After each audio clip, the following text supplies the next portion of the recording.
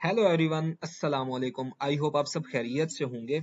हमने अब तक अपनी पिछली वीडियोस में income from business part 1 completely cover कर लिया है, जिसमें हमारा मेजर एरिया था एडमिसिबल एक्सपेंसेस और इनएडमिसिबल एक्सपेंसेस। साथ ही साथ हमने बिल्कुल छोटे छोटे से कॉन्सेप्ट्स भी देखे थे, और इसके साथ हमने एक बिल्कुल बहुत ही इंपॉर्टेंट जो डेफिनेशन है, बिल्कुल छोटी सी है, स्पेकुलेशन और नॉन स्पेकुलेशन बिजनेस में क्या डिफरेंस है, ये हमने देखा था। नॉन स्पेकुलेशन बिजनेस की हमने डेफिनेशन देखी थी, और साथ ही हमने स्पेकुलेशन बिजनेस की भी डेफिनेशन देखी थी, राइट। अब इस वीडियो में हम income from business part 2 start करने लगे हैं। जिस तरह मैंने आपको इनकम फ्रॉम बिजनेस पार्ट 1 की एक बिग पिक्चर दी थी, इनकम फ्रॉम बिजनेस पार्ट 2 में भी मैं आपको एक बिग पिक्चर दे देता हूँ कि इसमें हम कौन कौन से टॉपिक्स डिस्कस कर रहे होंगे। उनमें सबसे पहला हमारा जो टॉपिक है वो टेंजिबल एसेट्स का है, राइट। इसके साथ जो दूसरा हमारा टॉपिक है वो इंटेंजिबल एसेट्स का है। अब यहाँ पे एसेट्स की बात आएगी, वो टेंजिबल हूँ या इंटेंजिबल हूँ, वहां पे फिर साथ डेप्रिसिएशन या अमोर्टाइजेशन की भी लाजमी बात आएगी। और इसके साथ बिल्कुल एक छोटा सा टॉपिक है प्री कमिटमेंट एक्सपेंडिचर्स का, वो हम कवर कर रहे होंगे। प्री कमिटमेंट एक्सपेंडिचर्स मैं बता देता हूँ, ऐसे तमाम एक्सपेंडिचर्स होते हैं, ये ऐसे तमाम एक्सपेंसेस होते हैं जो कंपनी की इनकॉर्पोरेशन से पहले के एक्सपेंसेस होते हैं। इनकी हमें 20% बेसिस पे, स्ट्रेट लाइन बेसिस पे हमें इनकी डिडक्शन अलाउ होती है। होना तो ये चाहिए कि हमने कंपनी की इनकॉर्पोरेशन से पहले जितने भी एक्सपेंसेस किए होते हैं, उनकी हमें फर्स्ट ईयर ऑफ ऑपरेशन में उनकी हमें डिडक्शन अलाउ होनी चाहिए। लेकिन टैक्स लॉज ये कहते हैं कि ऐसा नहीं है, आपको 20% के हिसाब से over the period of 5 years तक हमें इनकी डिडक्शन अलाउ होगी, राइट। अच्छा, एक बात आप यहाँ पे लाजमी याद रखिएगा कि जो टेंजिबल एसेट्स हैं और इनटेंजिबल एसेट्स हैं, इनमें बहुत ज़्यादा सिमिलैरिटी है। इनकी एक्विजिशन कब होगी, इनकी डिस्पोजल कब होगी, एक्विजिशन के वक्त कौन कौन से एलिमेंट्स जो हैं वो कॉस्ट का पार्ट बनेंगे और कौन से एलिमेंट्स हैं जो कॉस्ट का पार्ट नहीं बनेंगे। डिस्पोजल के वक्त हम डिस्पोजल वैल्यू कैसे कैलकुलेट करेंगे, इन दोनों में बहुत ज़्यादा सिमिलैरिटी है। सो इसलिए मैंने ये डिसाइड किया कि हम टेंजिबल एसेट्स का एरिया ही जस्ट कवर कर रहे होंगे, राइट। तो साथ में आपको एक डेप्रिसिएशन का जो हमारा टॉपिक है, डेप्रिसिएशन के साथ एक इनिशियल अलाउंस का भी एक टॉपिक है, वो बहुत इंपॉर्टेंट है। मैं इंशाल्लाह आप लोगों को एक्सप्लेन करूंगा। देखें, टेंजिबल एसेट है, ये इंटेंजिबल एसेट है, आप एक बिग पिक्चर माइंड में रखें। वो ये है कि कौन से ऐसे सर्कमस्टांसेस होंगे जिनमें कोई भी एसेट हम एक्वायर कर रहे होंगे, या कौन से ऐसे सर्कमस्टांसेस होंगे जिनसे हमारा डिस्पोजल अकर हो जाएगा। फिर डिस्पोजल के वक्त हम डिस्पोजल वैल्यू कैसे कैलकुलेट करेंगे, या फिर जो हमारी एक्विजिशन है, एक्विजिशन के वक्त हम कॉस्ट कैसे कैलकुलेट कर रहे होंगे। इसके साथ साथ जब हम डिस्पोजल कर रहे होंगे तो हमें टैक्स गेन या लॉस होगा, तो वो कैसे हम कैलकुलेट कर रहे होंगे। यही हमारा मेन एरिया है इस पूरे चैप्टर को डिस्कस करने का, राइट। अब आपने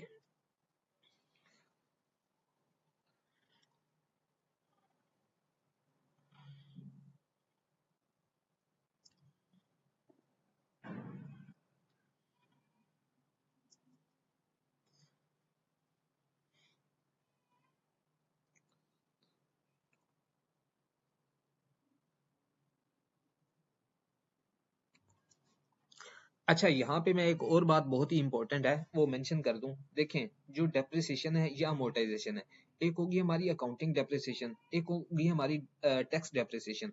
टैक्स डेप्रिसिएशन वो डेप्रिसिएशन होगी जो हमें टैक्स लॉज अलाउ करते हैं, राइट। उनके डिफरेंट रेट्स हैं जो टैक्स लॉज ने हमें दिए हुए हैं।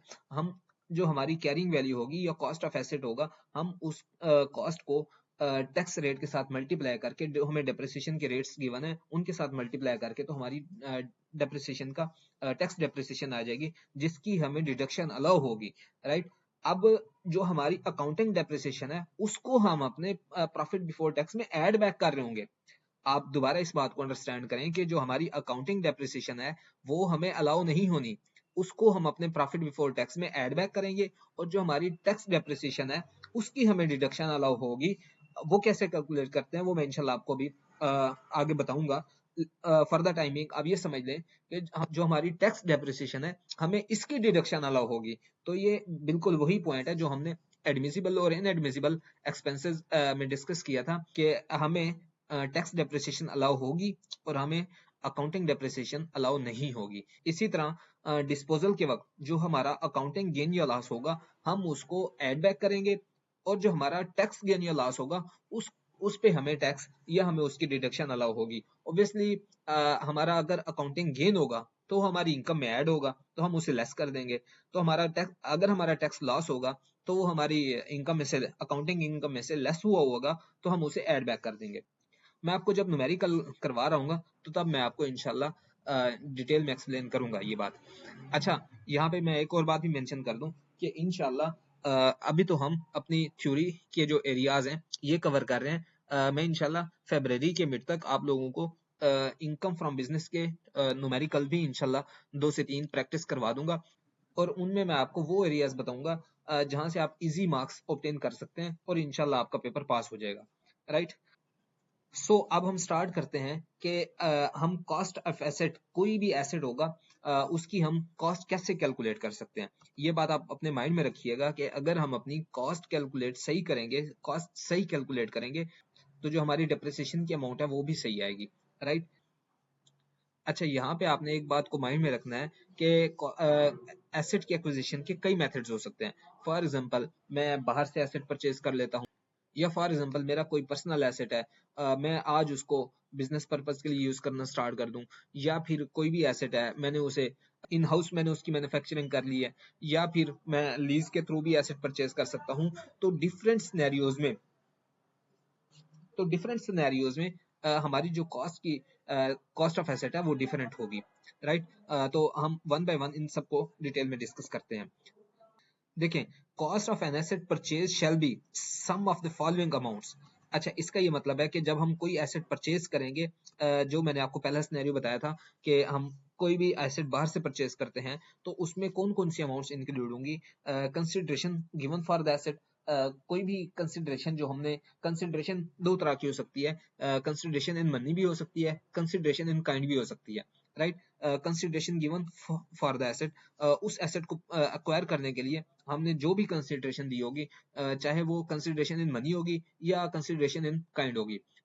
अब कंसिडरेशन इन काइंड क्या होती है, देखें, पैसों के अलावा कोई भी और चीज होगी वो कंसिडरेशन इन काइंड कहलाएगी। फॉर एग्जांपल, मैं कोई जमीन दे देता हूँ, पीस ऑफ लैंड दे देता हूँ, या फिर मैं आपको एक एग्जांपल देता हूँ कि हमने बाहर से प्रॉपर्टी प्लांट इक्विपमेंट परचेज किया है, तो मैं उनसे ये अग्रीमेंट कर लेता हूँ कि मैं आपको पैसे भी दूंगा और साथ अपना जो मेरा पुराना प्लांट है वो भी मैं आपको दूंगा।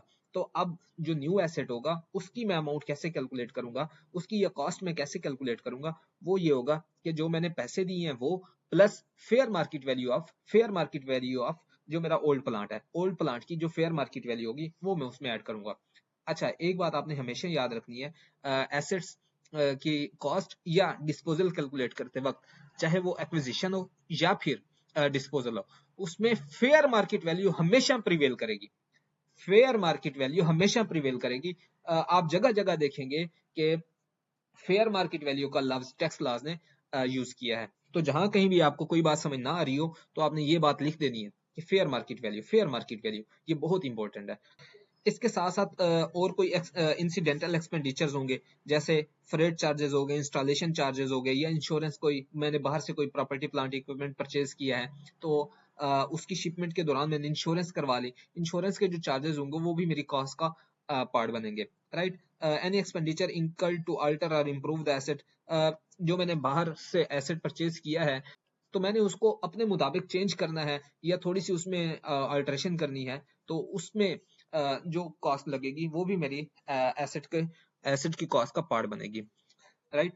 Where the asset is transferred from personal use to business use, जिससे मैंने आपको शुरू में बताया कि एसेट की एक्विजिशन के कई मेथड्स हो सकते हैं, उनमें एक ये भी हो सकता है कि मैं अपना पर्सनल एसेट बिजनेस को डोनेट कर देता हूं, तो उस वक्त बिजनेस के लिए कॉस्ट ऑफ एक्विजिशन क्या होगी, वो फेयर मार्केट वैल्यू होगी। मैंने आपको ऊपर भी एक्सप्लेन किया है कि जहां आपको कोई बात समझ ना आ रही हो तो आपने लिख देना है कि फेयर मार्केट वैल्यू, क्योंकि फेयर मार्केट वैल्यू ही हमेशा प्रिवेल करती है।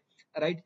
तो आप देखेंगे कि चाहे वो एक्विजिशन होगी या डिस्पोजल होगी, उस मेजॉरिटी हम फेयर मार्केट वैल्यू को ही डिस्कस कर रहे होंगे। Where the asset is produced, then total cost incurred for producing the asset, मेरे ख्याल से ये सेल्फ एक्सप्लेनेटरी है। आपको समझ आ गया होगा कि कोई भी एसेट अगर हम इन हाउस बिल्ड करते हैं या इन हाउस कंस्ट्रक्ट करते हैं तो उसकी कंस्ट्रक्शन में कोई भी जितनी भी तरह की हमें हमारी कॉस्ट लगी होगी, चाहे वो मटेरियल होगी, लेबर होगी, वेरिएबल ओवरहेड्स होंगे, तो कोई भी कॉस्ट होगी वो उस एसेट की टोटल कॉस्ट का पार्ट बन जाएगी। where the asset is acquired after lease term. After the lease term, cost will be residual value or bargain purchase option. मेरे ख्याल से बार्गेन परचेज ऑप्शन का जो वर्ड है वो आपके लिए न्यू है।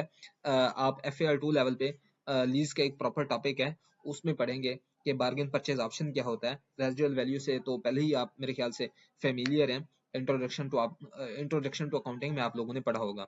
देखिए मैं आपको एक बात समझाता हूँ। आज मैंने एक गाड़ी परचेज करनी है, बट मेरे पास इनफ मनी नहीं है कि मैं आज ही उसको नकद परचेज कर सकूं। वो लेट्स सपोज 50 लाख रुपए की गाड़ी है। मैं आज बैंक के पास जाता हूँ, मैं कहता हूँ कि भाई मुझे ये गाड़ी आप 70 लाख रुपए में दे दें। मुझे एक गाड़ी चाहिए, तो बैंक वाले क्या कहते हैं कि वो मुझे 70 लाख रुपए में गाड़ी देंगे। अब जो 20 लाख रुपए ओवर एंड अबव है वो ऑब्वियसली सूद है, इंटरेस्ट है।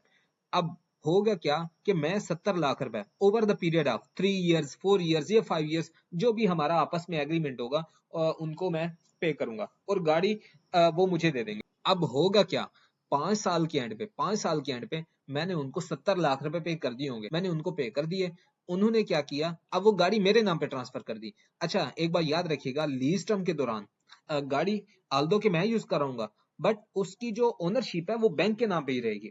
अब बैंक जब वो गाड़ी मेरे नाम पे ट्रांसफर करेगा, उस टाइम पे जो गाड़ी की रेजिडुअल वैल्यू होगी, या फिर कोई मैं अमाउंट पे करके वो एसेट अपने नाम पे ट्रांसफर करवाऊंगा, उस टाइम पे जो मैं अमाउंट पे करूंगा वही कॉस्ट ऑफ एसेट होगी।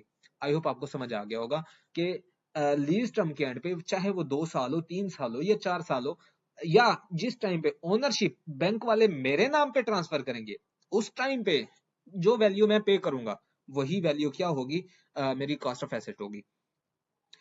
इसके बाद if the asset is purchased from loan denominated in foreign currency, any increase or decrease in amount payable would be added or deducted from the cost of asset accordingly. देखें मेरी बात सुने और understand करें, कोई मुश्किल नहीं है, कोई मुश्किल नहीं है, बिल्कुल आसान बात है। आज मैंने कोई भी प्रॉपर्टी प्लांट इक्विपमेंट परचेज करना है, राइट, मैं जाता हूँ, मैंने वो यूके से परचेज करना है, मैं यूके के एक बैंक से लोन लेता हूँ, वो मुझे डॉलर्स में, यूएसडी डॉलर्स में वो मुझे, यूएस डॉलर्स में वो मुझे लोन देते हैं।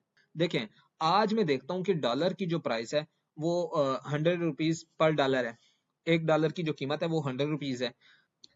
अब जब वो मैं यूएसडी डॉलर लोन जो है वो रीपे करने जाता हूँ, रीपे करते हुए मुझे डॉलर 110 रुपए का मिलता है, राइट। तो ओवर एंड अबव जो 10 रुपए हैं, ये मैं पीएनएल का पार्ट नहीं बनाऊंगा, ये मैं कॉस्ट ऑफ एसेट का पार्ट ही बनाऊंगा। देखें जब मैं आपको न्यूमेरिकल करवा रहा हूँ तो मैं इंशाल्लाह आपके साथ ये डिटेल में डिस्कस करूंगा। फर्दर टाइमिंग आप ये अंडरस्टैंड कर लें कि मैंने कोई भी आज प्रॉपर्टी प्लांट इक्विपमेंट परचेज किया है और वो मैंने फॉरेन करेंसी में लोन लिया और उस लोन से मैंने एक प्लांट परचेज किया।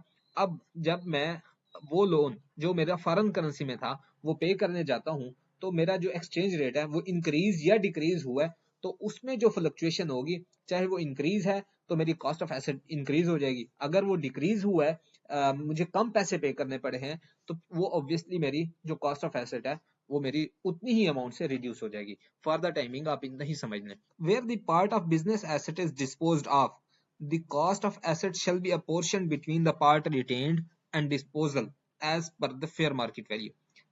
देखें इसका पहले तो मैं आपको बेसिकली पर्पस समझाता हूँ। मेरे पास एक एसेट है, राइट, उस एसेट के दो पार्ट हैं।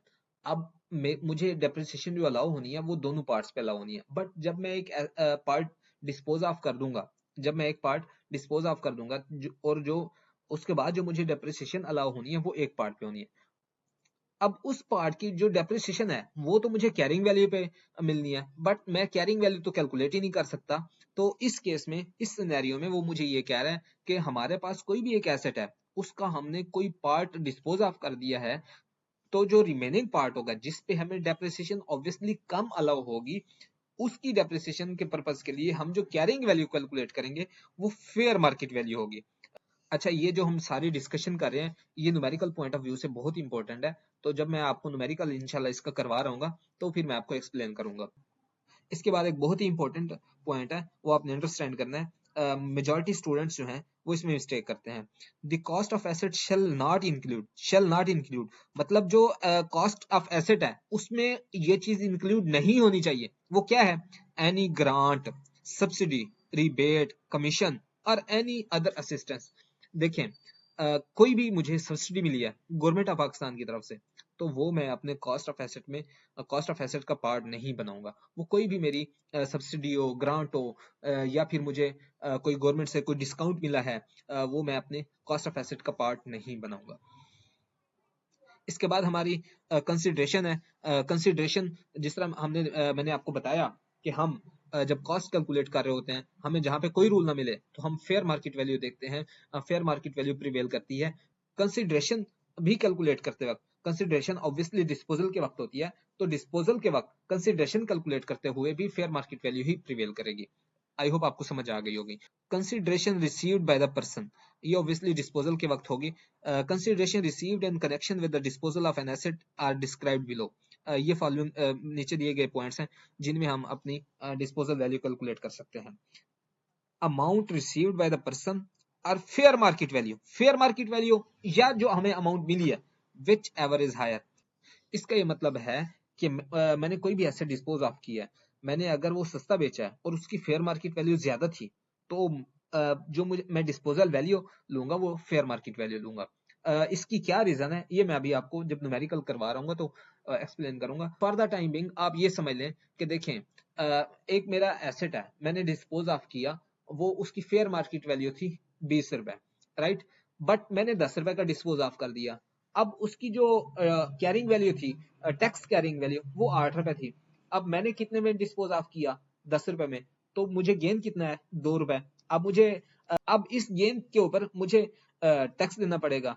अगर मैं फेयर मार्केट वैल्यू लेता तो वो ऑब्वियसली जो गेन है वो 12 रुपए आता, क्योंकि फेयर मार्केट वैल्यू 20 थी और जो टैक्स कैरिंग वैल्यू थी वो 8 रुपए थी। तो जो डिफरेंशियल है वो गेन है।